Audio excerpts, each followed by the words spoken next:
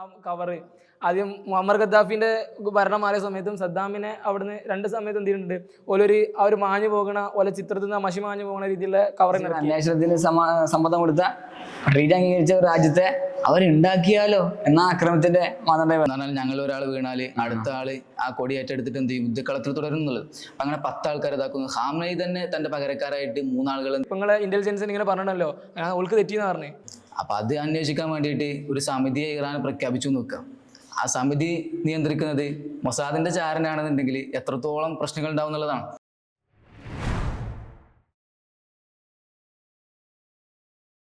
അസ്സലാമു അലൈക്കും വറഹ്മത്തുള്ളാഹി. അപ്പോൾ നമ്മൾ ഇന്ന് ചർച്ച ചെയ്യണത് ഇപ്പോൾ നിലവിലെ ഒരു സമയത്ത് ആഗോളമായിട്ട് എന്ന് പറഞ്ഞാൽ മൊത്തത്തിൽ ലോകത്തിൽ ഇപ്പോൾ ചർച്ച ചെയ്യപ്പെടുന്ന വിഷയം എന്ന് പറഞ്ഞാൽ ഇപ്പോൾ ജൂൺ 13 ശേഷം ഇസ്രായേൽ ഇറാനെതിരെ ഒരു അപ്രതീക്ഷിതമായിട്ടൊരു ആക്രമണം ഉണ്ടാവുകയും അതിനെ തുടർന്ന് അമേരിക്ക ഇടപെടുകയും ചെയ്ത ഒരു ഗ്ലോബലി ഇപ്പോൾ ചർച്ച ചെയ്യപ്പെടുന്ന വിഷയം എന്ന് പറഞ്ഞാൽ ഇപ്പോൾ സീസ് ഫയർ ഉണ്ടാവുകയും ചെയ്തു. അപ്പോൾ ആ വിഷയം നമ്മൾ ചർച്ച ചെയ്യണം. നമുക്കറിയാം ഇപ്പോൾ ഇസ്രായേലിനെ സംബന്ധിച്ചിടത്തോളം ഓൾറെഡി ഒരു വാറിലാണ് ഫലസ്തീനുമായിട്ട് 2023 ഒക്ടോബർ 7 ശേഷം. അന്ന് മുതൽ എന്ത് ചെയ്യാണ് ഓല് ഫലസ്തീനെ ഗസയുമായിട്ടുള്ളൊരു യുദ്ധത്തിൽ നിന്നുകൊണ്ടിരിക്കുകയാണ്. അപ്പോൾ ആ ഒരു സമയത്ത് അവരെ സംബന്ധിച്ചിടത്തോളം ഓല് കാണുന്ന പ്രകടമായിട്ട് ലോകത്ത് കാണുന്ന ഏറ്റവും വലിയ ത്രെറ്റ് എന്ന് പറഞ്ഞാൽ അല്ലെങ്കിൽ ഓല് എന്തെങ്കിലുമൊക്കെ ചെയ്താൽ അതിനെതിരെ പ്രതികരിക്കുന്ന ഒരു രാജ്യം എന്ന നിലക്ക് എന്താണ് ഇറാന് ഓലെ സംബന്ധിച്ചിടത്തോളം എന്താണ് ഒരു വലിയ ത്രെറ്റാണ്. അപ്പോൾ ആ ഇറാനെതിരെ എന്ത് ആരോപണമെങ്കിലും എന്ന് പറഞ്ഞാൽ വ്യത്യസ്തമായ അല്ലെങ്കിൽ ഒരിക്കലും ഈ പണ്ട് സദ്ദാം ഹുസൈനെതിരെ ഇറാഖ് ഉപരോധിക്കുന്ന സമയത്ത് ആരോപിച്ചതുപോലെ ഇറാൻ്റെ അടുത്ത് എന്തുണ്ട് ആണവായുധങ്ങളുണ്ട്, അത് ലോകത്തെ നശിപ്പിക്കും, ലോകത്തിന് ഭീഷണിയാണെന്നുള്ള ആരോപണം ഉന്നയിച്ചിട്ടാണ് എന്ത് ചെയ്യുന്നത് ഇസ്രായേൽ ഇങ്ങനെ ഒരു യുദ്ധത്തിന് അവിടെ തുടക്കം കുറിക്കുന്നത്, ആക്രമണം നടത്തിക്കൊണ്ട് തുടക്കം കുറിക്കുന്നത്. ഈ സാങ്കേതികമായിട്ടേ ഈ അപ്രതീക്ഷിതമായിട്ടൊരു യുദ്ധം എന്നുള്ളവർക്ക് ഇസ്രായേൽ ഇറാൻ ആക്രമിച്ചത് പറയാൻ പറ്റുമെന്നുള്ളൊരു വിഷയമുണ്ട്. കാരണം ഇറാൻ ആക്രമിക്കുന്നതെന്ന് പറഞ്ഞാൽ ഇപ്പോൾ നേരത്തെ പറഞ്ഞ പോലെ സദ്ദാമിൻ്റെ പേര് പറഞ്ഞിട്ട് സദ്ദാമിനൊക്കെ ആക്രമിച്ചതുപോലെ 2003 അങ്ങനെ ആക്രമിച്ചതുപോലെ ഇപ്പോൾ അന്ന് മുതൽ ഇപ്പോൾ നെതന്യാഹുവിനെ കുറിച്ച് നമ്മൾ നോക്കുകയാണെന്നുണ്ടെങ്കിൽ നമ്മൾ ഇസ്രായേലിൻ്റെ തലമുതിർന്ന ഈ ഒരു റാഡിക്കൽ അല്ലെങ്കിൽ ആ സയനിസ്റ്റ് ആ നിരയിലെ പ്രധാനിയാണ് അദ്ദേഹം. എന്ന് പറഞ്ഞാൽ ഈ ഒരു തലമുറയിൽ ഏറ്റവും പ്രധാനപ്പെട്ട ഒരാളെന്നൊക്കെ നമുക്ക് പറയാൻ പറ്റും. എന്ന് പറഞ്ഞാൽ യഹൂദ് ബറാക്കിനും ബെൻഗുരിയനും ഒക്കെ പോലെ ഏറ്റവും പ്രധാനപ്പെട്ട ഒരു ഇസ്രായേലി റാഡിക്കൽ നേതാവാണെന്ത് നെതന്യാഹു എന്നുള്ളത്. കാരണം ഇസ്രായേലിൽ തന്നെ നമുക്കറിയാം 2 ഫാക്ഷൻ ഉണ്ട്. എന്ന് പറഞ്ഞാൽ ഫലസ്തീനുമായിട്ടൊരു സമാധാനത്തിലൂടെ പോയിട്ട് എന്ത് ചെയ്യണം, ഇസ്രായേലിൻ്റെ ഒരു സുസ്ഥിരത കൈവരിക്കണം എന്ന് പറയുന്ന ഒരു വിഭാഗം. അതുപോലെ തന്നെ എന്നാൽ ഒരു ഗ്രേറ്റർ ഇസ്രായേൽ എന്ന് പറഞ്ഞാൽ എല്ലാ മേഖലയും കീഴടക്കിയിട്ട് നൈൽ നദി മുതൽ യൂഫ്രട്ടീസ് നദി വരെ നദിക്കരകൾക്കിടയിൽ വലിയൊരു ഇസ്രായേൽ സാമ്രാജ്യത്തെ സ്വപ്നം കാണുന്ന വിഭാഗമുണ്ട്. അപ്പോൾ അതിൽപ്പെട്ട ഒരാളാണ് നെതന്യാഹു എന്ന് പറഞ്ഞാൽ. അപ്പോൾ അന്ന് മുതൽ എന്ന് പറഞ്ഞാൽ 2002 മുതൽ അദ്ദേഹം എന്താണ് പറയുന്നത്, അദ്ദേഹം എണ്ണുന്നത് ഇറാഖ്, ലിബിയ, ഇറാൻ എന്നാണ് അദ്ദേഹം എണ്ണുന്നത്. 1992 ഇത്തരത്തിലുള്ള പരാമർശങ്ങൾ വരുന്നുണ്ട്. എന്ന് പറഞ്ഞാൽ 1992 മുതൽ എന്ന് പറഞ്ഞാൽ അദ്ദേഹം ഒരു MP ആയിട്ട് പാർലമെന്റ് MP ആയിട്ട് അദ്ദേഹം രംഗപ്രവേശം ചെയ്യുന്നത് മുതൽ തന്നെ എന്ത് ചെയ്യുന്നുണ്ട്, ഇത്തരത്തിലുള്ള പ്രസ്താവനകൾ വരുന്നുണ്ട്. അപ്പോൾ അദ്ദേഹം ഈ ഇറാഖിനെയും ഇറാനെയും ലിബിയയാണ് അദ്ദേഹം അന്ന് എണ്ണുന്നത്. അപ്പോൾ അതിൽ നമ്മൾ നോക്കുകയാണെന്നുണ്ടെങ്കിൽ ഇറാഖ് തീരുമാനമായി. ഇതുപോലെ 2002 ഒരു ഇന്റർവ്യൂവിൽ ചോദിക്കുന്നത് നിങ്ങളുടെ ത്രെറ്റ് ഏതൊക്കെയാണ്. അപ്പോൾ നെതന്യാഹു പറയും first threat Iran, second threat Iran, third threat Iran. അത്രയും അവർ ഇറാനെ കാണുന്നുണ്ട്. കാരണം ഇറാനെ ഒരു ഭീതിക്ക് കാരണം എന്താ വെച്ചാൽ ഇപ്പം നമ്മൾ നോക്കുകയാണെങ്കിൽ പല തരത്തിലുള്ള ഒരു ആഖ്യാനങ്ങൾ വരുന്നുണ്ട്. എന്ന് പറഞ്ഞാൽ ഇപ്പോൾ ഈ ഒരു യുദ്ധം വന്നപ്പോൾ എന്ന് പറഞ്ഞാൽ ഇറാൻ ഇസ്രായേൽ യുദ്ധം വന്നപ്പോൾ വളരെ ചർച്ചകളൊരു ചരിത്ര ഒരു പരിപ്രേക്ഷ്യമുണ്ട്. എന്ന് പറഞ്ഞാൽ BC കാലഘട്ടത്തിൽ ഒരു ബാബിലോണിയൻ ചക്രവർത്തിയായിട്ടുള്ള എന്ന് പറഞ്ഞാൽ ഇന്ന് ഇറാനും അതുപോലെ ഇറാഖൊക്കെ വരുന്ന ഭാഗത്തെ ബാബിലോണിയൻ ചക്രവർത്തിയായിട്ടുള്ള ബുഖ്ത്-നസർ എന്ന് പറയുന്ന രാജാവാണ് എന്ത് ചെയ്യുന്നത്, അന്ന് സോളമൻ ടെമ്പിൾ അന്ന് എന്ത് ചെയ്യുന്നത് തകർക്കുന്നത്. അപ്പം അതിൻ്റെ ഒരു വൈകാരികമായിട്ടുള്ള ഒരു വൈരം ഇറാനോട് എന്നും എല്ലാ കാലത്തും ഇസ്രായേലി ജനതയ്ക്ക് ഉണ്ടെന്നുള്ളതാണ്. പിന്നെ ഇന്ന് നമ്മൾ നോക്കുകയാണെന്നുണ്ടെങ്കിൽ ഇറാൻ എന്തുകൊണ്ട് ഈ ത്രെറ്റായിട്ട് പരിഗണിക്കപ്പെടുന്നു എന്ന് പറഞ്ഞാൽ നമുക്കറിയാം ലോകത്ത് തന്നെ ഇത്തരത്തിലൊരു ഇസ്ലാമിക വിപ്ലവം വിജയിച്ചിട്ട് എസ്റ്റാബ്ലിഷ് ആയിട്ട് ഡെക്കേഡുകളായിട്ട് ഇപ്പോൾ 5ഓളം ഡെക്കേഡുകളായിട്ട് എന്താണ് അവിടെ ഇത്തരം ഒരു വിപ്ലവം നടന്നിട്ട് ഒരു പുതിയ ഗവൺമെൻറ് വരുന്നു. എന്നിട്ട് അത് ഇത്രയും പതിറ്റാണ്ടുകളോളം നീണ്ടു നിൽക്കുന്ന ഒരു സംഭവം മുമ്പ് ഉണ്ടാവുന്നില്ല. ഇറാൻ എന്ന് പറഞ്ഞാൽ ആ മേഖലയിൽ തന്നെ ഒരു ശക്തി രാഷ്ട്രമായിട്ട് വന്നു എന്നുള്ളതാണ്. പിന്നെ ഈ ഗസ യുദ്ധവുമായി ബന്ധപ്പെട്ടിട്ട് കൂടുതൽ വിശാലമായിട്ടുള്ള ഇതുണ്ട്. എന്ന് പറഞ്ഞാൽ ഇപ്പോൾ നമ്മൾ പറയുന്ന പോലെ ഇറാൻ എന്തുകൊണ്ടും ഒരു ത്രെറ്റാണ്. ഇറാൻ ആക്രമിക്കാൻ എന്നും ഇസ്രായേലി നേതാക്കൾ എന്ത് ചെയ്യുന്നുണ്ട്, ആക്രമിക്കാൻ വേണ്ടിയിട്ട് ഇങ്ങനെ ആഗ്രഹിച്ച് നിൽക്കണം. അപ്പോൾ ഈ ഒരു സാഹചര്യം ഇപ്പോൾ തലപ്പെട്ടു വന്നു എന്നുള്ളതാണ്. കാരണം മുമ്പ് ഉണ്ടായിരുന്നു പറഞ്ഞാൽ സിറിയ എന്നുള്ളൊരു ഫ്രണ്ട് ഉണ്ടായിരുന്നു.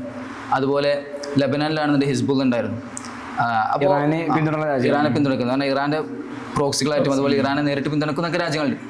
അപ്പോൾ ഈ ഒരു ഗസ യുദ്ധത്തിന്റെ ഭാഗമായിട്ട് എന്ത് ചെയ്തു, ഇപ്പോൾ ഗസയിലാണെന്നുണ്ടെങ്കിൽ ഹമാസ് ശിഥിലമായിട്ട് നമുക്ക് പറയാൻ പറ്റില്ല എന്നുണ്ടെങ്കിലും അതെന്ത് ഏറെക്കുറെ അതിന്റെ ആ പഴയ ശക്തി ഇപ്പൊ ഇല്ലാന്ന് നഷ്ടപ്പെട്ടു എന്നുള്ള നമുക്ക് പറയാൻ പറ്റും, പുറത്ത് കാണാൻ പറ്റുന്നുള്ള. പിന്നെ രണ്ടാമതായിട്ട് സിറിയ നഷ്ടപ്പെട്ടു. ബഷാർ അൽ അസദ് പോയതോടുകൂടി ബഷാർ അൽ അസദിന്റെ ഭരണകൂടത്തെ നമ്മൾ പിന്തുണക്കല്ല. പക്ഷെ എന്ത് ഇറാനെ സംബന്ധിച്ചിടത്തോളം ഒരു സ്ട്രാറ്റജിക് അസറ്റ് ആയിരുന്നു എന്ത് ഈ സിറിയ എന്ന് പറയുന്നത്, അത് നഷ്ടപ്പെട്ടു. പിന്നെ ലെബനനിൽ ഇപ്പോൾ ഹിസ്ബുള്ള എന്ത് ചെയ്യപ്പെട്ടു, തകർക്കപ്പെട്ടു എന്നുള്ളത്. അപ്പോൾ ഇതൊക്കെ കഴിഞ്ഞിട്ട് ഇറാനെ ആക്രമിക്കാൻ പറ്റിയ ഏറ്റവും നല്ല സമയമായിട്ട് ഇസ്രായേൽ ഇതിനെ കണ്ടു എന്നുള്ളതാണ് ഇപ്പോൾ ഇറാനെ ആക്രമിക്കാനുള്ള സാധ്യത. അത് മാത്രമല്ല യൂറോപ്യൻ രാജ്യങ്ങളുടെ ഭാഗത്തുനിന്ന് സാങ്ഷൻസ്, ഉപരോധം കാരണം എക്കണോമിക്കലി വീക്കാണെന്നൊരു ചിന്ത കൂടിയാണ് ആക്രമിക്കാൻ പ്രേരിപ്പിച്ചത്. ഇപ്പോൾ നമ്മൾ ഈ ഒരു യുദ്ധം വന്നപ്പോൾ തന്നെ ഇത് ഞങ്ങൾ വർഷമെടുത്ത് പ്ലാൻ ചെയ്തതാണ്, 1 വർഷമൊക്കെ എടുത്ത് ഞങ്ങൾ പ്ലാൻ ചെയ്തു എന്നുള്ള നിലക്ക് ഇസ്രായേലി ഒഫീഷ്യൽസ് തന്നെ പറയുന്നുണ്ട്. എന്ന് പറഞ്ഞാൽ ഇപ്പോൾ അത് നമ്മൾ പറയാൻ പറ്റുമെന്ന് പറഞ്ഞാൽ കഴിഞ്ഞൊരു ഡിസംബർ മുതൽ അല്ലെങ്കിൽ എന്ത് ഹിസ്ബുള്ള സിറിയയൊക്കെ തകർക്കപ്പെട്ടതിന് ശേഷം ഇറാനെ ആക്രമിക്കാനുള്ള ഒരു കോപ്പുകൂട്ടലിലായിരുന്നു ഇസ്രായേൽ നേതൃത്വം എന്നുള്ള നമുക്ക് മനസ്സിലാവണം. അപ്പോൾ ഈ ഒരു ആണവ ചർച്ച പോലും, അതായത് അമേരിക്കയും അതുപോലെ ഇറാനും തമ്മിലുള്ള ആണവ ചർച്ച എന്ന് പറഞ്ഞാൽ അത് നടക്കാൻ ഇരിക്കുന്ന ദിവസത്തിന് തൊട്ട് മുമ്പാണ് എന്ത് ചെയ്യുന്നത്, 2 ദിവസം മുമ്പാണ് ഈ അറ്റാക്ക് നടക്കുന്നത്. അപ്പോൾ ആ ചർച്ച പോലും ഇതിനൊരു മറയായിട്ട് വന്നു എന്നുള്ളവർക്കൊക്കെ എന്ത് ചെയ്യുന്നുണ്ട്, ഒരു ചർച്ച വികസിക്കുന്നുണ്ടെന്നുള്ള. ആണവ ചർച്ച പറയുമ്പോൾ ഈ ഒന്നാമത് ഇറാൻ ഉള്ളത് ഈ മറ്റേ നോൺ പ്രൊലിഫറേഷൻ ട്രീറ്റി അത് സൈൻ ചെയ്ത രാജ്യമാണ്. അന്താരാഷ്ട്ര ഏജൻസികളുടെ ഏത് അന്വേഷണത്തിലും ഇറാൻ ഓപ്പണാണ്, നിങ്ങൾക്ക് എന്താ അന്വേഷിക്കാന്ന് പറഞ്ഞ രാജ്യമാണ്. ഇറാന്റെ അന്വേഷണം ഇസ്രായേൽ അന്വേഷണം സംബന്ധിച്ചിട്ടില്ല, ആ ട്രീറ്റ് സൈൻ ചെയ്തിട്ടില്ല. മാത്രമല്ല ലോകത്തൊരു അങ്ങാടിപ്പാട്ടാണ് ഇസ്രായേലിന്, ഒരു രഹസ്യമായ ഇസ്രായേലിനെ നോക്കപ്പെടുന്ന കാര്യം. അങ്ങനത്തെ ഇസ്രായേലാണ് ഈ മാത്രമല്ല US-ന്റെ ഇന്റലിജൻസ് റിപ്പോർട്ടും പറയുന്നതാണ് ഇറാനിലത് അപ്പണില്ല എന്നാണ്. ആക്രമിച്ചതിന് മുമ്പോ ശേഷം തുളസി ഗബ്ബാർഡ് അവിടുത്തെ ഇന്റലിജൻസിന്റെ പറയണത് അങ്ങനത്തെ ഒരു 2003 ശേഷം എന്തിട്ടില്ല, അങ്ങനത്തെ ഒരു ശ്രമം ഇറാന്റെ ഭാഗത്ത് നടന്നിട്ടില്ല എന്ന് ഒരു ഒഫീഷ്യലായിട്ട് പ്രഖ്യാപിക്കുന്നു. എന്നിട്ട് ട്രംപിനോട് ചോദിക്കുന്നുണ്ട്, ഇപ്പൊ നിങ്ങളെ ഇന്റലിജൻസിന് ഇങ്ങനെ പറഞ്ഞല്ലോ, ഓൾക്ക് തെറ്റിയെന്ന് പറഞ്ഞേ. ഇറാനിൽ അങ്ങനെ ഉണ്ടാക്കണ്ടോ, ഇന്റലിജൻസ് പറഞ്ഞ റിപ്പോർട്ടൊന്നും ഒന്നല്ല ഇവിടെ സ്വീകാര്യമല്ല, ഓൾക്ക് തെറ്റിയതാണ്, ഇതാണ് യാഥാർത്ഥ്യം എന്നുള്ളത്. അയാണ് ഒരു വിരോധാഭാസം എന്ന് വെച്ചാല് സ്വന്തമായിട്ട് ന്യൂക്ലിയർ കയ്യിലുള്ള ഇസ്രായേൽ പറയണത് ഇതുവരെ ഉണ്ടാക്കണില്ല, ഏജൻസികൾ അന്വേഷണത്തിൽ സമ്മതം കൊടുത്ത ട്രീറ്റ് അംഗീകരിച്ച ഒരു രാജ്യത്തെ അവരുണ്ടാക്കിയാലോ എന്ന ആക്രമണത്തിന്റെ മാനദണ്ഡം പറയണേ. പിന്നെ നമുക്ക് അറിയാം അതിൽ ഓപ്പറേഷൻ റേസിംഗ് ലൈൻ എന്ന പേരിലാണെന്ന് പറഞ്ഞത്. ഈ റേസിംഗ് ലൈൻ 2 നിരത്തെ കേട്ടിരുന്നത്. ഒന്ന് അവരുടെ അവരുടെ ഗ്രന്ഥത്തിലെ ഒരു വരിയാണ്, ഒരു പുതിയൊരു വിപ്ലവത്തിന്റെ ഒരു സ്വരമായ രീതിയിൽ ഒന്ന് കണ്ടിരുന്നു. മറ്റൊന്ന് 1979 ഇറാനിൽ റെജിം ചേഞ്ച് വന്നില്ലേ, ഷാ പഹലവിന്റെ ഭരണം കഴിഞ്ഞിട്ട് നമ്മള് റവല്യൂഷണറി ടീം വരുന്നത്. അപ്പോൾ ഈ ഷാ പഹലവിന്റെ കാലത്ത് അവർ ഫ്ലാഗിലുള്ള ഒരു ചിഹ്നമാണ് റേസിംഗ് ലൈൻ. അപ്പോൾ 79 നമ്മൾ ഇറാനിലെ ടീം വന്നപ്പോൾ ആ റേസിംഗ് ലൈൻ ഒഴിവാക്കിയിട്ട് 2 സ്ക്വാഡ് നോക്കി അള്ളാന്നുള്ളതിൽ കാണാം, 2 സ്ക്വാഡ് ആക്കിയിട്ട് അവരുടെ ഒരു ഐക്യം വെച്ച്. അപ്പോ ഇസ്രായേൽ പറയുന്നത്, അപ്പോ ഈ സ്ക്വാഡ് ചിഹ്നം മാറിയിട്ട് റേസിംഗ് ലൈൻ വീണ്ടും വരികയാണ്. ഒരു റെജീം ചേഞ്ച്, ഒരു മാറ്റം, ന്യൂ മിഡിൽ ഈസ്റ്റ്. അതായത് സ്വപ്നം കണ്ടിട്ട് മാത്രം നിരന്തരം ട്രംപ് ആണെങ്കിലും തന്നെയാണ് തുടക്കത്തിലെ ഒരു റെജീം ചേഞ്ച് ഉള്ള സാധനം മുന്നോട്ടിച്ചിരുന്നു. അപ്പൊ റേസിംഗ് ലൈൻ ഉള്ള ഒരു ലക്ഷ്യമാക്കി കാണാം, ഒരു റെജീം ചേഞ്ച് ഉള്ള ഒരു ലക്ഷ്യമാക്കി കാണാവുന്നതാണ്. റെജീം ചേഞ്ചിന് നമുക്ക് അവിടെ കുറെ സംഭവങ്ങൾ കാണാം. കാരണം റെജീം ചേഞ്ച് പറഞ്ഞാൽ ഇപ്പം ഒന്നാമത് സാങ്ഷൻസ് ഉണ്ട്, ഇറാനെതിരെ എന്തുണ്ട്, കുറെ കാലമായിട്ട് യൂറോപ്യൻ രാജ്യങ്ങളുടെ അമേരിക്കന്റെ വലിയ സാങ്ഷൻസ് ഉണ്ട്, അവർക്കൊന്നും ചെയ്യാൻ പറ്റാത്ത അവസ്ഥയാണ്. അപ്പോൾ ആ സമയത്ത് എന്തുണ്ട്, എക്കണോമിക് ആയിട്ട് ഒരു ചിത്രത വന്നിട്ട് മൊത്തത്തിലൊരു മോശപ്പെട്ട അവസ്ഥയിലാണ് നിൽക്കണം. അപ്പോൾ എന്തുണ്ട്, ഖാമനയ്ക്കെതിരെ തന്നെ എന്തുണ്ട്, രാജ്യത്ത് തന്നെ എന്തുണ്ട്, ഒരു പൊളിറ്റിക്കൽ അണ്ടർസ്റ്റ് ഉണ്ടായിരുന്ന സമയമാണ്. മാത്രമല്ല നമുക്കറിയാം ഈ മുസ്ലിം നിയമങ്ങൾ അടിച്ചേൽപ്പിക്കുന്നു പറഞ്ഞാണ്ട് മഹ്സാമീനി എന്ന് പറഞ്ഞൊരു പെൺകുട്ടി ആത്മഹത്യ ചെയ്തിട്ടുണ്ട്. ആത്മഹത്യയല്ല, ജയിലിൽ വെച്ച് ചെയ്യുന്നുണ്ട്, കസ്റ്റഡിയിൽ വെച്ച് കൊല്ലപ്പെടുന്നുണ്ട്. കാരണം ഈ നിക്കാബിന്റെ വിഷയത്തിലാണ് കൊല്ലപ്പെടുന്നത്. അതിനുശേഷം വ്യാപകമായ പ്രതിഷേധങ്ങൾ ആ രാജ്യത്ത് ഒന്നടങ്കം അരങ്ങേറുണ്ട്. അപ്പോൾ അതിനെന്ത് ചെയ്യാണ് ഖാമനയുടെ ഗവൺമെന്റ് അത് അടിച്ചമർത്തുകയാണ്. മാത്രമല്ല ആ സമയത്ത് തന്നെയാണ് ഈ റിസാ പഹലവി ഇപ്പോൾ മൂപ്പര് അമേരിക്കയിൽ ബ്രിട്ടനിലോ ഏതൊരു രാജ്യത്താണ് മൂപ്പര് താമസിക്കുന്നത്, ഇയാളെ നമ്മുടെ അന്നത്തെ ആളെ പിൻഗാമി താമസിക്കുന്നത്. മൂപ്പര് ആ സമയത്ത് എന്ത് ചെയ്യുന്നുണ്ട്, അപ്പോൾ ഇറാൻ മോശപ്പെട്ട അവസ്ഥയിലാണ്, അവിടുത്തെ ഭരണകൂടം മാറണം എന്നുള്ളൊരു അഭിപ്രായം പറയുന്നുണ്ട്. മാത്രമല്ല നെതന്യാഹു ഇറാനിൽക്ക് ഒരു സന്ദേശം കൊടുക്കുന്നുണ്ട്, നിങ്ങളോട് ഞങ്ങൾക്കൊരു പ്രശ്നമില്ല, നിങ്ങൾ ഒക്കെ നമ്മൾ സെയിം ആണ്, പക്ഷെ നിങ്ങളെ ഭരിക്കുന്ന ടീമിന് എന്ത് ചെയ്യണം, മാറ്റണം. ഷാപഹലവിന്റെ മകനാണ് റസാ ഷാപഹലവി. അതിൽ ഈ റസാ പഹലവിന്റെ സഹോദരിയുടെ മകൾ, അവരെ കല്യാണം കഴിച്ചത് ജൂയിഷ് ഇസ്ലാം ആണെങ്കിലും പക്ഷെ അവർക്ക് അണ്ടർസ്റ്റാൻഡിങ് നടക്കുന്നുള്ളതാണ്. പക്ഷെ നമ്മൾ ഇറാനിൽ നോക്കുകയാണെങ്കിൽ സ്വാഭാവികമായുള്ള ഭരണത്തിനെതിരെയുള്ള അമർഷം ഉണ്ടാകും. കാരണം 9 കോടി ജനങ്ങൾ വസിക്കുന്ന ഒരു രാജ്യത്ത് സ്വാഭാവികമായിട്ടും ഭരണവിരുദ്ധക്കാരം ഉണ്ടാകാം. പക്ഷെ എങ്ങനെയാണെങ്കിലും ഇറാൻ എന്ന് പറഞ്ഞാൽ ഒരു പേർഷ്യൻ വികാരം കൊണ്ടെടുക്കുന്ന ആചാരങ്ങൾ അനുഷ്ഠിക്കുന്ന അവർക്ക് അവരുടെ സംസ്കാരം അത് അൾട്ടിമേറ്റ് ആണ്. അതുകൊണ്ട് അവർക്ക് ഭരണവിരുദ്ധക്കാരം അത് ഒരു സ്വാഭാവികമായ ഒരു രാജ്യത്തിന്റെ പ്രശസ്തി കാണാം. പക്ഷെ ഒരു ഇസ്രായേൽ പോലത്തെ അവരുടെ ആശയപരമായിട്ട് കടുത്ത വിരോധമുള്ള ഗസ പോലത്തെ നേരത്തെ ആക്രമിച്ചെടുക്കുന്ന രാജ്യം ആക്രമിക്കാൻ വന്നാൽ അത് സ്വാഭാവികമായിട്ട് അവരുടെ ഒരു ആന്തരിക ഐക്യത്തെ കൂടുതൽ ചെയ്തിട്ടുണ്ട്. അവിടെ മൊത്തത്തിൽ ഗവൺമെന്റ് സപ്പോർട്ട് ഒക്കെ കിട്ടുന്നുണ്ട് ഖാംനയ്ക്ക് ശേഷം. റെജിം ചേഞ്ചിനെ കുറിച്ച് പറയുമ്പോൾ എന്ന് പറഞ്ഞാല് നമ്മൾ നോക്കുകയാണെന്നുണ്ടെങ്കിൽ ലിബിയയിലും സംഭവിച്ചത് ഇറാഖിലും സംഭവിച്ചത് ഈ റെജിം ചേഞ്ച് ആണ്. എന്ന് പറഞ്ഞാൽ ഇപ്പോൾ ഇസ്രായേലിലാണെന്നുണ്ടെങ്കിൽ ആ ത്രെറ്റ് നീങ്ങണമെന്നുണ്ടെങ്കിൽ അവിടെ റെജിം ചേഞ്ച് വേണമെന്നുള്ളതാണ്. ആ റെജിം ചേഞ്ച് സംഭവിക്കാത്തിടത്തോളം കാലം, ആ വ്യവസ്ഥ മാറാത്തിടത്തോളം കാലം അത് അമേരിക്കക്ക് വിരുദ്ധമായിരിക്കും, അല്ലെങ്കിൽ ഇസ്രായേലിന് വിരുദ്ധമായിരിക്കും എന്നുള്ള നമ്മൾ കാണേണ്ടത് എന്താ വെച്ചാൽ ഈ ഒരു റെജിം ചേഞ്ച് ഒരു പോസിബിളായ സംഭവമാണോ എന്ന് പറഞ്ഞാൽ കൊട്ടിഘോഷിക്കേണ്ടതുള്ളതിനപ്പുറം. കാരണം ഈ വ്യക്തമായിട്ട് നമുക്കത് മനസ്സിലാവണം. കാരണം റെജിം ചേഞ്ച് ഇതിൻ്റെ ഒരു ലക്ഷ്യമാണെന്നുള്ളതൊക്കെ നമ്മൾ മനസ്സിലാവണം. എപ്പോഴാണെന്ന് വെച്ചാൽ യുദ്ധം തുടങ്ങിയിട്ട് പിറ്റേ ദിവസം തന്നെ എന്ത് എന്ന് പറഞ്ഞാൽ ഇറാനികളെ എങ്ങനെ തിരിച്ചടിക്കാനുള്ള ഇതിലാണ്. അപ്പോൾ ഈ നെതന്യാഹുവിന്റെ നേരത്തെ പറഞ്ഞ സ്റ്റേറ്റ്മെന്റ് എന്ന് പറഞ്ഞാൽ വെച്ചിട്ട് അപ്പോ അതൊന്ന് പിന്നെന്ത് ഈ ഒരു സ്റ്റേറ്റ്മെന്റ് എന്ന് പറഞ്ഞാല് നെതന്യാഹുവിന്റെ സ്റ്റേറ്റ്മെന്റ് എന്നാണ് വരുന്നത്, ഞങ്ങള് ഇറാനിയൻ ധീരരായ, അതായത് ഇറാനിലെ ധീരരായ ജനതയ്ക്കെതിരെയല്ല ഞങ്ങൾ എന്ത് ചെയ്യുന്നത്, യുദ്ധം ചെയ്യുന്നത്. ഞങ്ങൾ നിങ്ങളെ ഭരിക്കുന്ന ആ മർദ്ദക വ്യവസ്ഥക്കെതിരെയാണ് ഞങ്ങൾ എന്ത് ചെയ്യുന്നത്, യുദ്ധം ചെയ്യുന്നത്. നമ്മുടെ രണ്ടുപേരുടെയും ഒരു കോമൺ ശത്രു അത് നിങ്ങളുടെ വ്യവസ്ഥയാണെന്ന് പറഞ്ഞിട്ട് അതിനെ മാറ്റാൻ വേണ്ടി ജനങ്ങളെ തന്നെ ഇതാക്കുന്നത്. അതേ ടൈമിലാണ് റസാ ഷാ പാഹ്ലവിന്റെ വീഡിയോ പുറത്തു വരുന്നത്, നിങ്ങൾക്കൊരു ഭരണമാറ്റം ഞാൻ തയ്യാറാണ്. ആ രീതിയിൽ ഈ ഒരു റെജിം ചേഞ്ചിനെ കുറിച്ച് പറയുമ്പോഴേ ഈ റെജിം ചേഞ്ച് നടത്താൻ വേണ്ടി എനിക്ക് തോന്നുന്നത് മൊസാദ് അല്ലെങ്കിൽ ഇസ്രായേൽ സുരക്ഷാ ഏജൻസി ബാക്ക്ഗ്രൗണ്ടിൽ നല്ല പണികൾ നടത്തിയിട്ടുണ്ടെന്ന് തോന്നുന്നുണ്ട്. എന്ന് പറഞ്ഞാൽ എല്ലാ ആളുകളെയും എന്ന് പറഞ്ഞാൽ ഈ ആളുകൾക്ക് ഇളക്കി വിടാനുള്ള അതിൽ കുറെ തോന്നുന്നത് 1-2 ചെറിയ വീഡിയോകളെ നമ്മൾ കാണുന്നുള്ളൂ. കാരണം അത് വെസ്റ്റേൺ മാധ്യമങ്ങൾ വളരെ സംഭവമായിട്ട് പൊക്കി കാണിക്കും. എന്ന് പറഞ്ഞാൽ ഈ ഇതൊക്കെ പിടിച്ചിട്ടുള്ള പ്ലക്കാർഡുകളൊക്കെ പിടിച്ചിട്ടുള്ള റെജിം ചേഞ്ചിന് ആവശ്യപ്പെടുന്ന 2-3 ആൾക്കാർ പറഞ്ഞാൽ നമുക്ക് ഉറപ്പാണ് എന്ത് ഇവിടെ ഈ ഒരു ഇറാനിൽ ഇങ്ങനെ ഒരു സംഭവം നടക്കണം എന്നുണ്ടെങ്കിൽ അതിൻ്റെ ഉള്ളിൽ എത്രയോ എന്തായിട്ടുണ്ട് ഈ ചാരസംഘടന കളിച്ചിട്ടുണ്ട് എന്നുള്ളതാണ്. അല്ലെ റെജിം ചേഞ്ചിന്റെ അല്ല കുറച്ചുകൂടി നല്ലൊരു ചർച്ച വന്ന പറയും ടൈം മാഗസിന്റെ ഇത് വന്നപ്പോഴാണ്. ടൈം മാഗസിന്റെ പോലെ കവറ് ആദ്യം മുഅമ്മർ ഖദ്ദാഫിന്റെ ഭരണം മാറിയ സമയത്തും സദ്ദാമിനെ അവിടുന്ന് 2 സമയത്തും എന്തിട്ടുണ്ട് ഓലൊരു ആ ഒരു മാഞ്ഞു പോകുന്ന ഓല ചിത്രത്തിൽ നിന്ന് മഷി മാഞ്ഞു പോകുന്ന രീതിയിലുള്ള കവറിന് ഇറക്കി. അപ്പോൾ ഇവിടെ യുദ്ധം തുടങ്ങിയ സമയത്ത് തന്നെ എന്ത് ചെയ്യുന്നുണ്ട് ടൈം മാഗസിൻ അങ്ങനത്തെ ഒരു ഖാംനയിന്റെ ചിത്രം ഇങ്ങനെ മാഞ്ഞു പോകുന്ന തരത്തിലൊരു ഇതിറക്കി. അപ്പോൾ അതൊക്കെ ഒരു റെജിം ചേഞ്ച് എന്നുള്ളൊരു പ്രതീതി ലോകത്താകെ എന്ത് ചെയ്യുന്നുണ്ട് സൃഷ്ടിക്കപ്പെട്ടിട്ടുണ്ട്. പക്ഷെ നമ്മൾ നോക്കുകയാണെങ്കിൽ അവിടെ റെജിം ചേഞ്ച് പോസിബിൾ അല്ല എന്നുള്ളതാണ്. നേരത്തെ പറഞ്ഞ പോലെ പറഞ്ഞാൽ ആ ജനങ്ങൾ നേരത്തെ പറഞ്ഞ പോലെ പേർഷ്യൻ കൾച്ചറിനോട് എപ്പോഴും ഇഴകി ചേർന്ന് ജീവിക്കുന്ന ആൾക്കാരാണ്. പിന്നെ അമേരിക്ക എന്ന് പറഞ്ഞാൽ ഇവരുടെ ഒരു മുഖ്യ ശത്രുവാണ്. കാരണം ഇവരുടെ ജീവിതത്തിൽ അല്ലെങ്കിൽ എന്ന് പറഞ്ഞാൽ ഇവരുടെ ഏറ്റവും ആജന്മ ശത്രു എന്ന് പറയുന്നത് അമേരിക്ക. ഖാംനയുടെ പ്രസംഗത്തിൽ അൽമൗത്തുലി America, death to America, death to Israel അവർ നിരന്തരം എപ്പോഴും ട്രംപ് പറയാറുണ്ട് നിരന്തരം death to America, death Israel എന്ന രാജ്യത്തെ ട്രംപ് എന്ന് പറഞ്ഞാൽ അത് പബ്ലിക്കായിട്ട് പറയുന്ന എന്ന് പറഞ്ഞാൽ ഈ ഒരു അണ്ടർസ്റ്റ് വരുന്നതെന്ന് പറഞ്ഞാൽ എന്താണ് അത് ശരിക്ക് ഖാംനഈ ഭരണകൂടത്തിനെതിരെയുള്ള ഒരു പ്രൊട്ടസ്റ്റ് നമുക്ക് കാണാൻ കഴിയില്ല. എന്ന് പറഞ്ഞാൽ ഒരു അണ്ടർസ്റ്റേറ്റ് നമുക്ക് കാണാൻ കഴിയില്ല. കാരണം ഈ ഒരു സാങ്ഷൻ ഈ ജനത എന്ന് പറഞ്ഞാൽ വളരെ ബുദ്ധിമുട്ടിലാണ്. എന്ന് പറഞ്ഞാൽ അവിടെ സാമ്പത്തിക പ്രശ്നങ്ങൾക്ക് സാമ്പത്തിക ഇടപാടുകൾക്കൊക്കെ ഭയങ്കര സാങ്ഷൻ വന്നിട്ട് ഉപരോധങ്ങൾ വന്നിട്ട് അതിൻ്റെ ഒരു നിരാശ പ്രകടിപ്പിക്കുക എന്നുള്ളതാണ്. അതിൻ്റെ ഒരു നിരാശ പ്രകടിപ്പിച്ചുകൊണ്ടിരിക്കുക. അതല്ലാതെ ഈ ഖാംനഈ വ്യവസ്ഥയോട് എന്ന് പറഞ്ഞാൽ അമേരിക്കൻ വിരുദ്ധ നിലപാടിനോട് എന്താണ് ആ ജനതയെ സംബന്ധിച്ചിടത്തോളം എല്ലാവർക്കും സപ്പോർട്ടാണെന്നുള്ളതാണ്. എന്ന് മാത്രമല്ല ഇത്രയും ഇപ്പോൾ ഡെക്കേഡുകളായിട്ട് പതിറ്റാണ്ടുകളായിട്ട് ഈ നടക്കുന്ന മേഖലയിൽ നടക്കുന്ന എല്ലാ യുദ്ധങ്ങളിലും ഇപ്പോൾ പ്രത്യേകിച്ച് ഫലസ്തീനെ ഡിഫെൻഡ് ചെയ്യുന്നതിൽ ഏറ്റവും ശക്തമായിട്ട് ഫ്രണ്ടിലുള്ള രാജ്യമായിട്ട് നിൽക്കുന്ന എന്താണ് ഇറാനിയൻ ജനതയാണെന്നുള്ളതാണ്. ഈ റെജിം ചേഞ്ചിന്റെ പോസിബിലിറ്റി പറയുമ്പോൾ 2003 പോലെ സിറ്റുവേഷനല്ല ഇപ്പോൾ ഉള്ളത്. കാരണം ലോകത്തെല്ലാം മനസ്സിലായി ഒരു ആണവായുധത്തിന്റെ ആരോപണം വെച്ചിട്ടുണ്ട്, ഇറാഖിൽ പോയി, ലിബിയയിൽ വേറെ കാരണം പറഞ്ഞു പോയി. പക്ഷേ ഈ അമേരിക്ക എവിടെയൊക്കെയാണോ റെജിം ചേഞ്ച് ശ്രമിച്ചിട്ടുള്ളത് അവിടെ ഉണ്ടായത് ഒരു നല്ല വ്യവസ്ഥ ഭരണമില്ല, ടെററിസ്റ്റുകളുടെ ആവിർഭാവം. അതുപോലെ ആ രാജ്യത്തിന്റെ എക്കോണമിക്കലി ഇപ്പോൾ ഞങ്ങൾ കണ്ടിരുന്നത് ഈ ഗൾഫ് രാജ്യങ്ങൾ ഇപ്പോൾ വിശിഷ്യ ട്രംപിന്റെ ഫസ്റ്റ് സന്ദർശനം വരുന്ന GCC കൺട്രീസിനാണ്. ഇപ്പോൾ ട്രംപുമായിട്ട് അടുത്ത് ബന്ധമുള്ള ഗൾഫ് രാജ്യങ്ങൾക്ക് റെജിം ചേഞ്ചിനോട് എക്കോണമിക്കലി താല്പര്യമില്ല. കാരണം ഒരു ഇറാഖ് ഡിസ്റ്റേബിൾസ് അവനോട് ഉണ്ടാവുന്നത് മിഡിൽ ഈസ്റ്റിലുള്ള എക്കോണമിക് പ്രശ്നങ്ങളാണ്. വെച്ചാൽ ആ രാജ്യത്തിന് മാത്രമല്ല സാമ്പത്തിക പ്രശ്നങ്ങൾ ഉണ്ടാവുന്നത് ഈ ഒരു ഗൾഫ് രാജ്യങ്ങളുണ്ട്. അതുകൊണ്ട് പോസിബിലിറ്റി പറയുകയാണെങ്കിൽ എക്കോണമിക്കലി ഗൾഫ് രാജ്യ പെർസ്പെക്റ്റീവ് എന്താണ് ഈജിപ്റ്റ് റെജിം ചേഞ്ചിനോട്.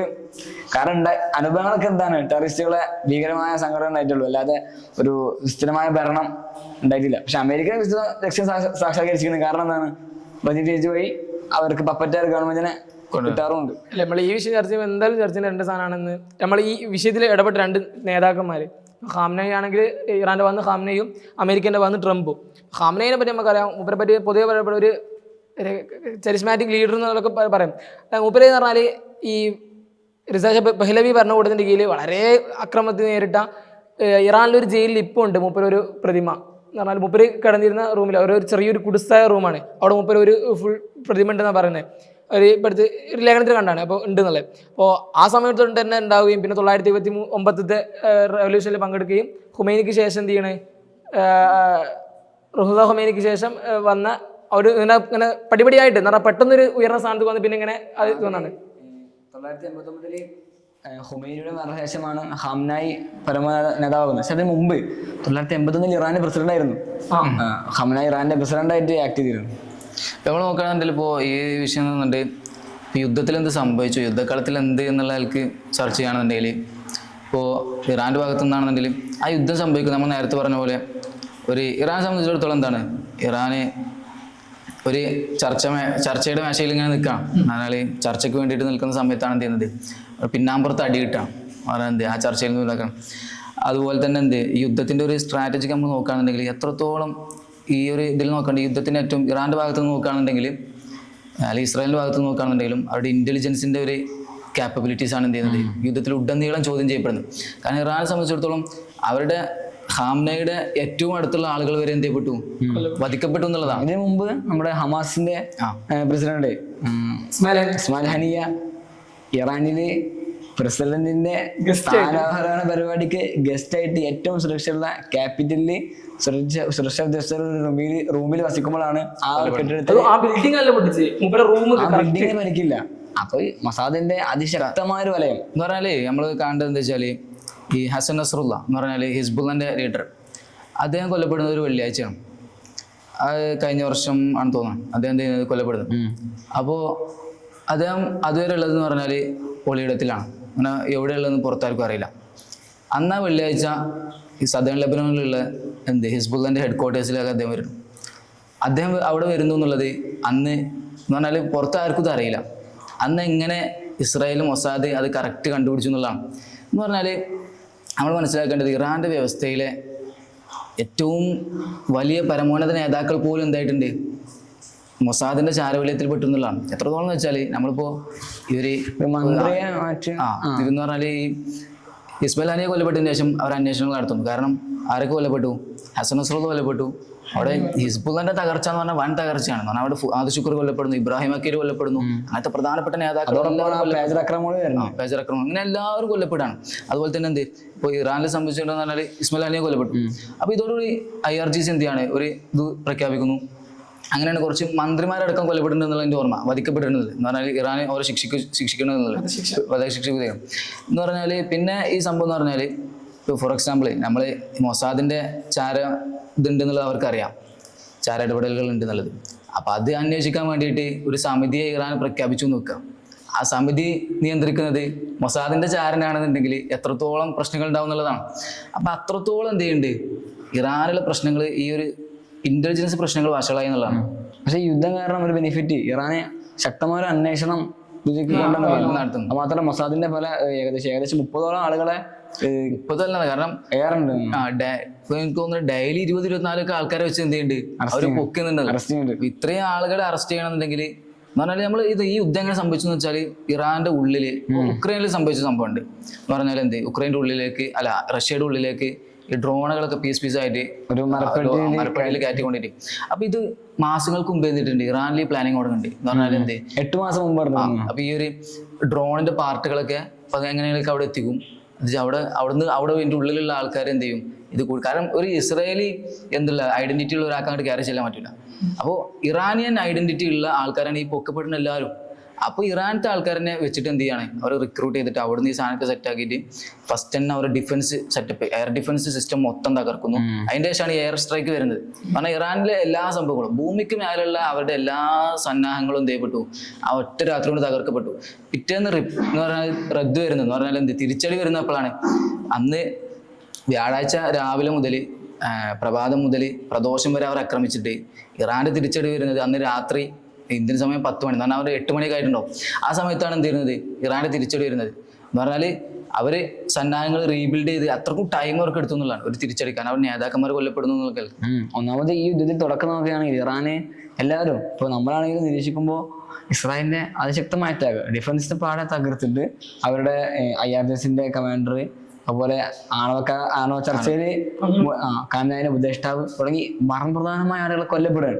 അപ്പൊ ലോകം മൊത്തം ഇറാന്റെ ഒരു പിൻവലിയിൽ അല്ലെങ്കിൽ ഒരു കീഴടങ്ങുന്ന സ്വഭാവം കാണിക്കുമെന്ന് പ്രതീക്ഷിച്ചു. പക്ഷെ ഇറാന് അതിവിസ്ഥാപിതമായ ഒരു സംഘടനാ സിസ്റ്റം, മിലിറ്ററി സിസ്റ്റം ആണെങ്കിലും ആ ഒരു പവറാണ് എത്രത്തോളം വെച്ചാലേ ഇപ്പോ ഈ ഇറാൻ തന്നെ എനിക്ക് തോന്നുന്നത് ഇന്റലിജൻസിന്റെ പ്രശ്നം അവർക്ക് പെട്ടെന്ന് അനുഭവപ്പെട്ടിട്ടുള്ള. കാരണം പിറ്റേ ദിവസം നമ്മൾ കാണുന്ന വാർത്ത എന്ന് പറഞ്ഞാല് ഇറാനിൽ ഏറ്റവും പ്രധാനപ്പെട്ട എല്ലാ പൊസിഷനും 10 ആൾക്കാരെ വീതം നിയമിച്ചിരുന്നതാണ്. ഒരാൾ പോയാൽ എന്ന് പറഞ്ഞാൽ ഇറാനികൾ എപ്പോഴും ഘോഷിക്കുന്ന ഒരു ഹൈബർ യുദ്ധം, യഹൂദികൾക്കെതിരെ സംഭവിച്ചിട്ടുള്ള, ജൂതന്മാർക്കെതിരെ സംഭവിച്ചിട്ടുള്ള ഹൈബർ യുദ്ധം. അപ്പൊ അതിലൊക്കെ സംഭവിച്ചതുപോലെ എന്ത്, ഒരു കൊടിക്ക് ശേഷം മറ്റൊരു കൊടി, മറ്റൊരാള് എന്ന് പറഞ്ഞാൽ ഞങ്ങൾ ഒരാൾ വീണാല് അടുത്ത ആള് ആ കൊടി ഏറ്റെടുത്തിട്ട് എന്ത് ചെയ്യും, യുദ്ധക്കളത്തിൽ തുടരുന്നുള്ളത്. അങ്ങനെ 10 ആൾക്കാർ ഇതാക്കുന്നു. ഖാമനഈ തന്നെ തന്റെ പകരക്കാരായിട്ട് 3 ആളുകൾ എന്ത് ചെയ്യുന്നു, ഇതാക്കുന്നു എന്നുള്ളത്. അപ്പൊ അത്രത്തോളം ഇറാൻ തന്നെ എന്ന് പറഞ്ഞാൽ ഈ ഒരു യുദ്ധത്തിന്റെ സ്ട്രാറ്റജിക്ക് ഒരു ഇറാന്റെ ഒരു കാപ്പബിലിറ്റി വർദ്ധിക്കാൻ പോകുന്നത് വെച്ചാൽ അവർ ഇന്റലിജൻസ് അതിശക്തമായിട്ട് മാറും. ഇതുവരെ ഒരു വീക്കായിരുന്നത് ഇന്റലിജൻസിലായിരുന്നു എന്നുണ്ടെങ്കിൽ ഇന്റലിജൻസ് എന്ന് പറഞ്ഞാൽ അവർ ശക്തമാക്കും. അവരുടെ ചരിത്രം അതാണ്. എവിടെ ഭീഷണി നേരെ വിടുന്നോ അവിടെ എന്ത് ചെയ്യാം, സ്വന്തമായിട്ട് തന്നെ എല്ലാം സെറ്റപ്പ് ആക്കി കൊണ്ടുവരാൻ. ഇറാന്റെ നേതാക്കന്മാർ സ്റ്റേറ്റ്മെന്റ് വരുന്നുണ്ട്, ഈ മിലിറ്ററി യുദ്ധം പോലെ തന്നെയാണ് ഇന്റലിജൻസ് യുദ്ധം എന്ന രീതിയിൽ. അത് മാത്രമല്ല ഈ ക്രിപ്റ്റോ ഖാംനായിന്റെ കുടുംബക്കാരിൽ ഒരു ക്രിപ്റ്റോ എക്സ്ചേഞ്ച് ഉണ്ട്. ഈ ക്രിപ്റ്റോ എക്സ്ചേഞ്ചിൽ 90 ബില്യൺ ഇസ്രായേൽ ഹാക്ക് ചെയ്തുകൊണ്ടിരിക്കുന്നു. എന്നുവെച്ചാൽ ഇപ്പൊ യുദ്ധത്തിന്റെ ഭാവങ്ങളൊക്കെ മാറി തുടങ്ങി.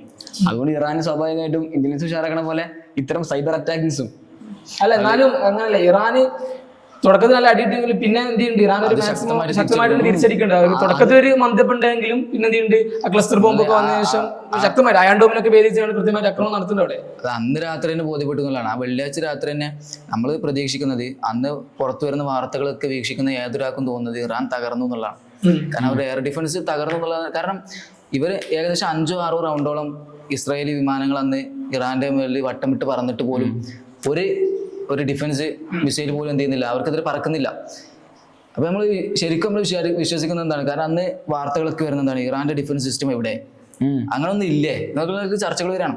അപ്പൊ അന്ന് രാത്രി ആ തിരിച്ചടി വരുമ്പോൾ അപ്പോഴാണ് നമുക്ക് എന്ത് ചെയ്യുന്നത്, ഇറാന്റെ കാപ്പബിലിറ്റീസ് റിബിൽഡ് അത് നമുക്ക് ബോധ്യപ്പെടുന്നതാണ്. കാരണം ഇസ്രായേലിന് അത് വലിയ ആഘാതം സൃഷ്ടിച്ചു. Unprecedented strike in Israel history എന്ന് പറയുന്ന ഒരു യുദ്ധത്തിൽ എന്ത് ചെയ്തു, ഇസ്രായേലിന്റെ ഗവൺമെന്റ് ജനങ്ങളെ പറയല് അയണ്ടോ ഇരുമ്പ് മാറ, ജനങ്ങളെ നമുക്ക് പേടിക്കേണ്ട ആവശ്യമില്ല, ഇരുമ്പ് പറയാണ് ഒരു പ്രശ്നം വെച്ചാൽ ഒരു കോൺസെപ്റ്റ്, ഒരു ഈവൻ ബങ്കർ പോലും തകർക്കപ്പെട്ടു വലിയൊരു സെക്യൂരിറ്റിയാണെന്ന് തോന്നിപ്പിച്ച ഇസ്രായേലിന് അതിശക്തമായ തിരിച്ചടി.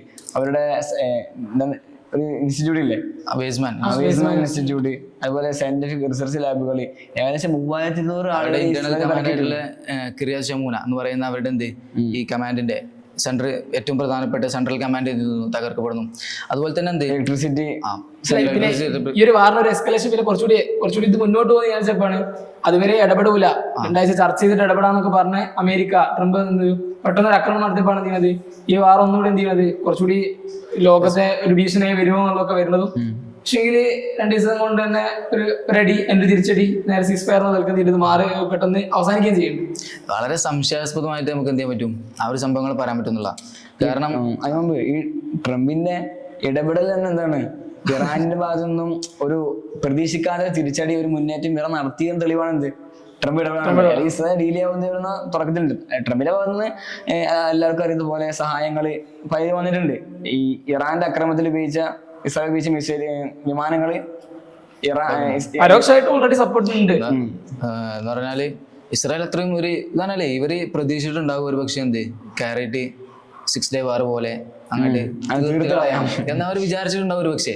6 ഡേ വാറിന്റെ ആഫ്റ്റർ മാത്രമാണല്ലോ ഒരു വലിയ ഏരിയ ഇപ്പൊ സീനായ് പെൻസിലെയും ഗോലാൻ കുന്നുകളും രണ്ടും പിടിച്ചെടുക്കപ്പോ നേരെ സീസ് ഫയർ അല്ലാണ്ട് ഓപ്ഷൻ ഇല്ലാണ്ട് എന്ത് ചെയ്യാണ് അറബ് രാജ്യങ്ങൾ തന്നെ കീഴടങ്ങാണ്. പക്ഷെ ഇവിടെ അതല്ലല്ലോ ഉണ്ടാക്കുന്നത്.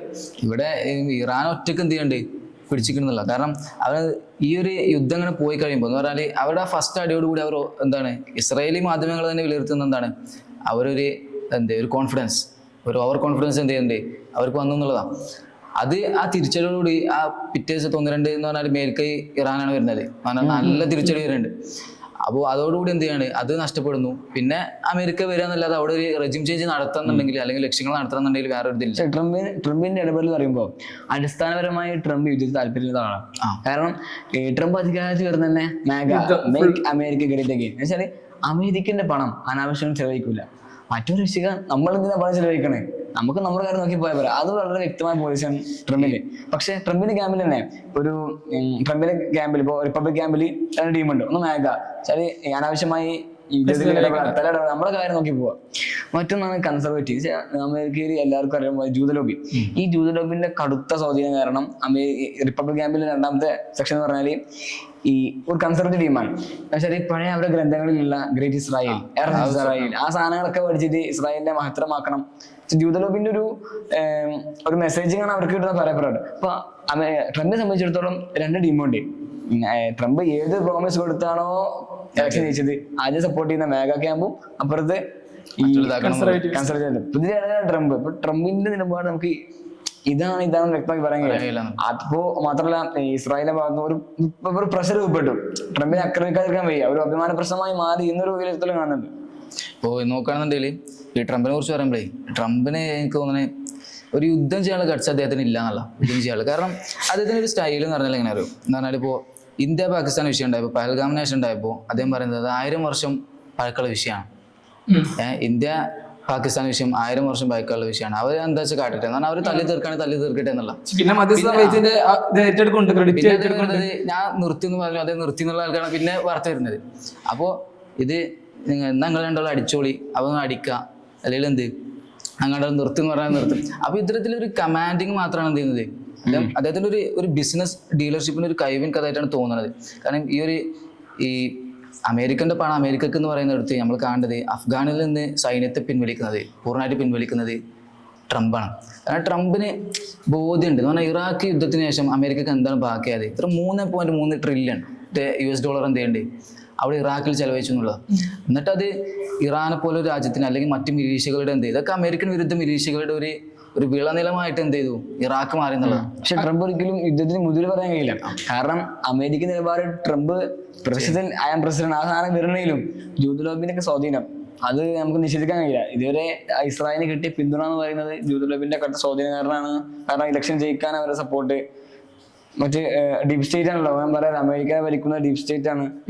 ട്രംപിന് എന്തുണ്ടോ, ട്രംപ് ഒരു ഡീപ് സ്റ്റേറ്റിന് വിരുദ്ധം. കാരണം അദ്ദേഹത്തിന്റെ വധശ്രമം അതൊക്കെ ബേസ് ചെയ്തിട്ട് അത് ഇറാനാണെന്നുള്ളവർക്ക് ഉള്ള ആഖ്യാനങ്ങൾ വരുന്നുണ്ട്, പടച്ചിടാൻ ശ്രമിക്കുന്നുണ്ട്. അതുപോലെ തന്നെ എന്ത് മറ്റൊരു ആഖ്യാനം അതിനുള്ളത് ഈവൻ അദ്ദേഹത്തിന് എന്തുണ്ട് ഈ ഡീപ് സ്റ്റേറ്റിനോട്, കാരണം അമേരിക്ക ഭരിക്കുന്ന ഒരു ഡീപ് സ്റ്റേറ്റ് ആണെന്നും ആ ഡീപ് സ്റ്റേറ്റിനോട് ഏറ്റവും വിരുദ്ധമുള്ള ഒരു നേതാവാണ് ആര്, ട്രംപ് എന്ന് പറഞ്ഞാൽ. ട്രംപ് പല നിയമങ്ങൾ കൊണ്ടുവരാനായിട്ട് ഞാൻ വായിച്ചു ഓർക്കും, പക്ഷേ എനിക്ക് നിയമങ്ങൾ പേര് ഓർമ്മയില്ല. എന്ന് പറഞ്ഞാൽ പല നിയമങ്ങളും ഇങ്ങനെ കൊണ്ടുവരാൻ വേണ്ടി ശ്രമിക്കുന്നു. അപ്പോൾ അദ്ദേഹത്തിനെതിരെ തിരിച്ചടി ഉണ്ടാവും, നിയമങ്ങൾ അദ്ദേഹത്തിന് പാസ്സാക്കാൻ കഴിയാതെ അവസ്ഥയൊക്കെ എന്തുണ്ട് ട്രംപിന് തന്നെ ഉണ്ടാവുന്നുണ്ട്. അപ്പോൾ ഈ ഒരു യുദ്ധത്തിൽ നിലപാട് എടുക്കുന്നത് എങ്ങനെയാണെന്നുള്ളത്, കാരണം ആ B-2 യുദ്ധവിമാനങ്ങൾ അന്ന് രാത്രി അത് എങ്ങനെ പറത്തുന്നുള്ളത് അതൊക്കെ ഒരു വിഷയങ്ങൾ. ഒരു G7 ഉച്ചകൂടി നടന്നുകൊണ്ടിരിക്കുമ്പോൾ അതിൽ ഇറങ്ങിപ്പോവാണ്. കാനഡയിൽ നടന്നുകൊടുക്കുമ്പോൾ പങ്കെടുത്തുകൊടുക്കുമ്പോൾ എന്താണ് അതിൽ പെട്ടെന്ന് എന്താണ് കാര്യപ്പെട്ട പണി ചെയ്യാണ്ട് പറഞ്ഞാണ്ട് പോവുകയും അങ്ങനെ ആ വിമാനങ്ങൾ ഒരു ആക്രമണം നടത്തുകയും ചെയ്യണം പറഞ്ഞാല്. പിന്നെ ഈ സീസ്ഫയർ പ്രഖ്യാപിക്കുന്നത് നാറ്റോന്റെ മീറ്റിംഗ് ആണ്, നാറ്റോ മീറ്റിംഗ്സിന് പോകേണ്ട തലേന്നാണ്. എന്തൊക്കെയോ ഒരു പുകപടലുണ്ട് അവിടെ. പക്ഷെ വേറെ നെഗറ്റീവ് ഇതെല്ലാം ഒരു സ്ക്രിപ്റ്റ് എന്ന് പറയുന്ന സാധനമുണ്ട്. കാരണം യുദ്ധം അവസാനിപ്പിക്കാനുള്ള വേറെ ലക്ഷ്യമാണ്. ഗൾഫ് രാജ്യങ്ങൾക്കാണെങ്കിലും യുദ്ധം നീട്ടിക്കൊണ്ടു പോയാൽ ഇസ്രായേലിന് പോലും കാരണം ഇസ്രായേൽ പ്രതീക്ഷിക്കാത്തൊരു എന്താ പറയാ ഒരു ഇറാനാണെന്നുണ്ടെങ്കിലും ഇസ്രായേലിനെതിരെ യുദ്ധം ചെയ്യണം, ഇസ്രായേലിനാണെന്നുണ്ടെങ്കിൽ ഇറാനെതിരെ യുദ്ധം ചെയ്യണം. പക്ഷെ ഇത് അതിന്റെ സമയമല്ലാന്ന് രണ്ടുപേരും യുദ്ധത്തിക്ക് ഇറാൻ പോളിസി യുദ്ധം ഞങ്ങൾ യുദ്ധത്തിനില്ല, പക്ഷെ തിരിച്ചടി വേണം. ഇവൻ അത് നമുക്ക് ബോധ്യപ്പെടുന്നതാണ്. സാധാരണ നമ്മൾ ഇറാൻ നേതാക്കന്മാരെ കാണാറുള്ളത് അടിച്ചാൽ ശക്തമായ തിരിച്ചടി ഉണ്ടാവും എന്ന് പറയുന്നതും എന്ന് പറഞ്ഞാൽ മുമ്പ് ഇറാൻ അടിച്ചിട്ട് അവർ തിരിച്ചടിക്കുന്ന പറഞ്ഞാൽ ഇവർ ഈ റോക്കറ്റ് വിട്ടിട്ട് അന്ന് വിഷു ആണെന്ന് എൻ്റെ ഓർമ്മ, കഴിഞ്ഞ വർഷത്തെ വിഷു. അപ്പോൾ ഇവർ മിസൈലും ഡ്രോണൊക്കെ വിട്ടിട്ട് അത് ബാക്കിയുള്ള രാജ്യങ്ങളൊക്കെ ഫോട്ടോ എടുക്കാൻ മാത്രം പതുക്കെ ഇങ്ങനെ പോയിട്ട് വിഷുവിന് ഇപ്പോൾ ഇവിടെയൊക്കെയുള്ള ഒരു കമൻറ്റുകളായിരുന്നു അന്ന് ആ വാർത്തകൾക്ക് അടിയിലുള്ള കമൻറ്റുകളൊക്കെ എന്താണ് വിഷുവിന് ഇറാൻ എന്ത് ചെയ്യാണ് പടക്കം പൊട്ടിച്ച് ആഘോഷിക്കുന്നത്. അത്രയ്ക്കും ലോക്കായിട്ടാണ് അവർ സാധാരണ അടിക്കാറുള്ളത്. പക്ഷെ ആ അടിൻ്റെ പോലും ഇപ്പോൾ വന്നിട്ടുള്ള 2024 അങ്ങനെ അടിച്ചിട്ടുള്ള അവിടെ നെഫാറ്റിം എയർബേസ് ഉണ്ട്. അത് തകർന്നു കിടക്കുന്ന ചിത്രങ്ങൾ ഇന്നാണ് പുറത്തു വരുന്നത്, ഈ യുദ്ധത്തിന് ശേഷമാണ് പുറത്തു വരുന്നത്. എന്ന് പറഞ്ഞാൽ ഇസ്രായേൽ എന്തൊക്കെയോ എന്ത് ചെയ്യുന്നുണ്ട്, മറച്ചു വെക്കേണ്ടതില്ല. അവർക്കെതിരെ എന്താ പറഞ്ഞാൽ അൽ ജസീറൊക്കെ അവർ എന്ത് ചെയ്യുന്നു, അൽ ജസീറ നമ്മളിവിടെ നമ്മള് ഈ സ്മോട്രിച്ച് എന്താ പറയുന്നത് വെച്ചാല്, അതുപോലെ ബെൻഗർക്ക് പറയുന്നത് വെച്ചാല്, നമ്മൾ ഈ കഞ്ചാവ് ഇവിടെ ഒക്കെ ഉണ്ടാവുമല്ലോ, ആ കഞ്ചാവ് യൂസ് ചെയ്തതിന് കണ്ടാൽ എന്ത് ചെയ്യണം, ലഹരി യൂസ് ചെയ്യുന്ന കണ്ടാൽ പോലീസുകാരെ അറിയിക്കണം. ആരെങ്കിലും അൽ ജസീറ ഉപയോഗിക്കുന്നതായിട്ട് നിങ്ങൾ കണ്ടാൽ നിങ്ങൾ എന്ത് ചെയ്യണം, നിങ്ങൾ പോലീസിനെ അറിയിക്കണം എന്ന് പറയുന്നത്. അപ്പോൾ അത്രത്തോളം എന്ത് അവര് ഗതി കെട്ടു എന്ന് പറയാൻ പറ്റുന്ന കോലത്തിൽ എന്ത് ചെയ്യണ്ടേ, കാര്യങ്ങൾ പുറത്തെത്തണമെങ്കിൽ അവർ അത്രയും ഭയപ്പെടുന്നു. അഞ്ച് ഗവേഷണ സ്ഥാപനങ്ങള് ഞങ്ങളുടെ 10 വർഷം അധ്വാനമാണ് ഇറാൻ കളഞ്ഞതെന്ന് പറയുന്നുണ്ട്. പക്ഷെ ഇറാനെ സംബന്ധിച്ചിടത്തോളം ഈ ഇറാനിൽ ഈ ന്യൂക്ലിയർ സയന്റിസ്റ്റുകളെ കൊന്നു എന്ന് വിചാരിച്ചിട്ട് അവിടെ ആ ഒരു കല നശിക്കാൻ പോകണം. കാരണം 1979 മുതൽ തന്നെ ഈ കല ആണവ ഒരു സയൻസിൽ അത്യാവശ്യം ക്വാളിറ്റി പീപ്പിളാണ്. അതിന് മുമ്പ് വേറെ കാര്യം, ആണവത്തിന്റെ പോയിന്റാണ്, 1979 മുമ്പ് ഈ പഹ്ലവിന്റെ കാലത്ത് ഫ്രാൻസ് വരെ ഈ ആണവ ആയുധം നിർമ്മിക്കാൻ ഷാപാലവിക്ക് ഇതിന്റെ ഫെസിലിറ്റീസ് കൊടുത്തിരുന്നത്. പക്ഷെ 1979 ഈ റവല്യൂഷണറി പാർട്ടി വന്നതിന് ശേഷം അവര് ഫത്വ പുറത്തിറക്കി, ആണവായുധം നമ്മുടെ മതവിരുദ്ധമാണെന്ന് പറഞ്ഞിട്ട് അത് ക്യാൻസൽ ആക്കാൻ ചെയ്തു. വെച്ചാൽ പണ്ട് കാലത്ത് യൂറോപ്യൻ രാജ്യങ്ങള് അത്രക്കും നട്ടു വളർത്തിയ കലയാണ് ഇവർക്ക് ഈ ഒരു ഈവൻ ഈ ഒരു ഇത് പറയുമ്പോഴേ എന്ന് പറഞ്ഞാല് ഇറാനി ഒഫീഷ്യൽസ് തന്നെ പറയുന്നത് എന്താണ്, ആണവായുധം ഉണ്ടാക്കണമെന്നുണ്ടെങ്കിൽ ഞങ്ങൾക്ക് ഉണ്ടാക്കാനുള്ളൂ, പക്ഷെ അത് ഞങ്ങൾ ഉണ്ടാക്കൂല, അത് ഉണ്ടാക്കണമെന്ന് ഞങ്ങൾക്ക് എന്നോ എന്തായിരുന്നു.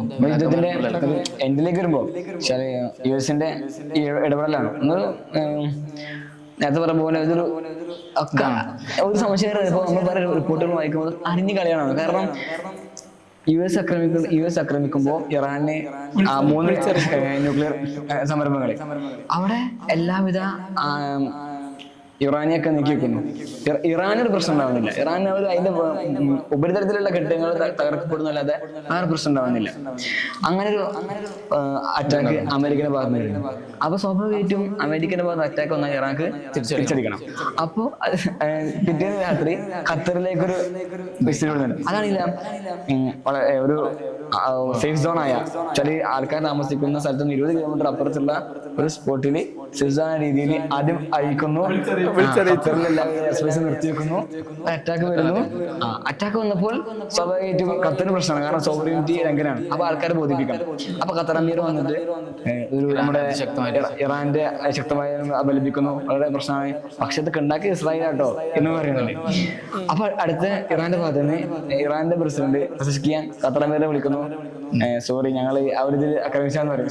പക്ഷെ ഇറാഖി അവിടുത്തെ ഫോറിൻ മിനിസ്റ്റർ, ഇറാന്റെ ഫോറിൻ മിനിസ്റ്റർ പറഞ്ഞത് ഞങ്ങള് ഖത്തറിനെതിരല്ല, ഖത്തർ ഞങ്ങൾ സുഹൃത്ത് രാജ്യമാണ്, പക്ഷെ അമേരിക്ക ഞാൻ ആക്രമിച്ചത് കൊണ്ട് അവർക്കറിയുന്ന പോലെ ഇറാൻക്ക് അമേരിക്കയുടെ മിസൈല് അത് അത്ര സാധ്യമാണ്, അതുകൊണ്ട് ഖത്തറിലേക്ക് ഞങ്ങൾ വിട്ടത് ഖത്തറിനോട് പ്രശ്നമായിരുന്നല്ല, പക്ഷെ അമേരിക്കയുടെ താവളത്തിൽ കൂടാൻ കാരണം അമേരിക്ക പ്രശ്നമായിരുന്നു. പക്ഷെ അതേസമയം ഇറാന്റെ പ്രസിഡന്റ് ഖത്തർ അമീറെ വിളിച്ചിട്ട് അത് ഞങ്ങളെ കേന്ദ്രപ്പെടുത്തുന്നു, ഞങ്ങളെ ആക്രമിച്ച് കേന്ദ്രപ്പെടുത്തു പറയുന്നു. എല്ലാവർക്കും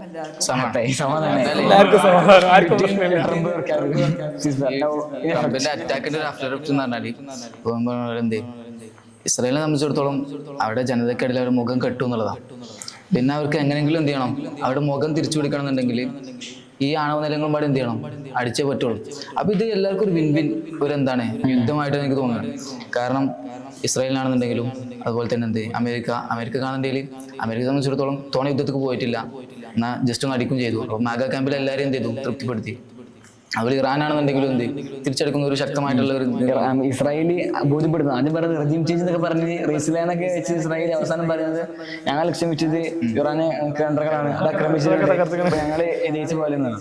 അവസാനമായിട്ട് നമ്മൾ ഇതിന്റെ ഒരു ഇറാനിന്റെ ഭാഗത്തുനിന്ന് ഇറാൻ ഇതുവരെ നോക്കുമ്പോൾ 2 രീതിയിൽ, ഒന്ന് മിഡിൽ ഈസ്റ്റ് ഞങ്ങൾ അവഗണിക്കപ്പെടാവുന്ന ശക്തിയല്ല, ഇസ്രായേൽ വന്നാല് അങ്ങനെ ഇസ്രായേലിന് പറയപ്പെടാവുന്ന ഒരു വലിയൊരു ഇല്ല എന്നുള്ളൊരു മെസ്സേജ് കൊടുത്ത്. രണ്ടാമത് പ്രധാനപ്പെട്ടത് ഇതുവരെ ഇറാൻ പറഞ്ഞിട്ടുള്ളത് അമേരിക്ക നിർമ്മിച്ചാൽ ഈ ഗൾഫ് സ്റ്റേറ്റ്സിലുള്ള ഏകദേശം അമേരിക്കന്റെ 40,000 സോൾജേഴ്സ് മിഡിൽ ഈസ്റ്റിലെ ഈ അമേരിക്കൻ ബേസിലാണുള്ളത്. ഏറ്റവും വലിയ ബേസ് ഖത്തറിലാണ്. അപ്പൊ ഇതൊക്കെ അമേരിക്ക എപ്പോഴും ആക്രമിച്ചോ തിരിച്ചടിയുണ്ടാവുന്ന ഈ ബേസിൽ ആക്രമിക്കാന്ന് ഇറാൻ പറഞ്ഞിട്ടുണ്ട്. പക്ഷെ അതിൻ്റെ ഒരു ആദ്യമായിട്ടാണ് തെളിവ് വരുന്നത്. വരികയാണ്. അപ്പോ ഇത് അറബ് രാഷ്ട്രങ്ങളെ ഒരു കാരണം അവരുടെ സൗഹൃദം എങ്ങനെയാണ് കാരണം അവരുടെ ബേസുകളിൽ നിന്ന് അമേരിക്കൻ വിമാനങ്ങൾ ഇറാൻ ആക്രമിക്കാൻ പറന്നുയർന്നാല് തിരിച്ചടി ഉറപ്പാണ്. ആ ബേസ് തകർക്കപ്പെടും എന്നുള്ളതാണ്.